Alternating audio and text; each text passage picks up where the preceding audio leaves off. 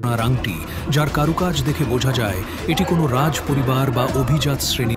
হঠাৎ ডিটেক্টরের স্ক্রিনে দেখা দেয় এক গ্রিন সিগন্যাল, যেটা সাধারণত লুকানো ধাতব বস্তুর উপস্থিতি নির্দেশ করে। টোন বাড়তেই থাকে, স্পষ্টভাবে বোঝা যায় মাটির নিচে কিছু একটা আছে এবং সেটা সম্ভবত খুব মূল্যবান। তারা তখন দ্রুত সিদ্ধান্ত নেয় পাথরটি সরাতে হবে।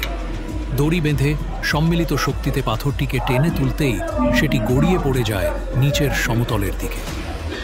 পাথর সরিয়ে ফেলার পর আবারও সেখানে আরেকটি উন্নত মেটাল ডিটেক্টর নিয়ে স্ক্যান শুরু করে তারা।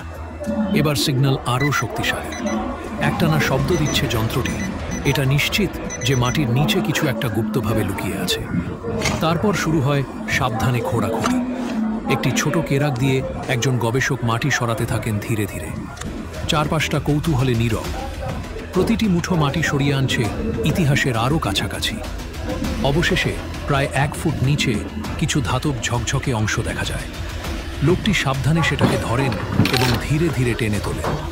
এটা এক প্রাচীন মাটির হাড়ি। হাড়ির মুখ বন্ধ, ধুলো মাটিতে ঢেকে আছে। সবাই নিঃশ্বাস চেপে তাকিয়ে আছে। লোকটি হাড়ির মুখ খুলতেই প্রথমেই বেরিয়ে আসে একটি চকচকে সোনার মুদ্রা। কয়েনটির গায়ে প্রাচীন লিপি খোদাই করা, যা স্পষ্ট ইঙ্গিত দেয় এটা বহু শতাব্দী পুরনো। তবে এখানেই শেষ নয়।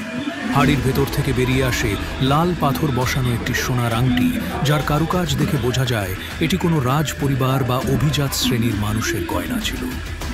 তারপর একে একে বেরিয়ে আসে আরও অনেকগুলো সোনার গহনা, হার, চুড়ি, কানের দুল, পাথর বসানো নেকলেস, এমনকি এক ধরনের রাজ মুকুটের খণ্ডাংশ। প্রত্নতাত্ত্বিকদের চোখে মুখে তখন উচ্ছ্বাস, বিস্ময় আর আনন্দের মিশেল। প্রতিটি গহনার মধ্যে লুকিয়ে আছে এক একটা সময়, এক একটা সভ্যতার গল্প। মাটির নিচে এমন সম্পদ বছরের পর বছর ধরে লুকিয়েছিল, তা হয়তো কেউ কল্পনাও করতে পারেনি। এই গুপ্তধনের শুধু আর্থিক মূল্যই নয়, এর ঐতিহাসিক গুরুত্বও বিশাল। এই অভিযান শুধু একটি সাফল্য নয়, বরং একটি ইতিহাসের পাতা উল্টে দেওয়া।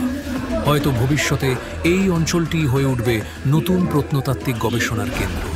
আর সেই দিনটিকে চিহ্নিত করা হবে যেদিন কিছু সাহসী গবেষক মাটির নিচে খুঁজে পেলেন হারিয়ে যাওয়া রাজ্য আর ধন সম্পদের স্পর্শ।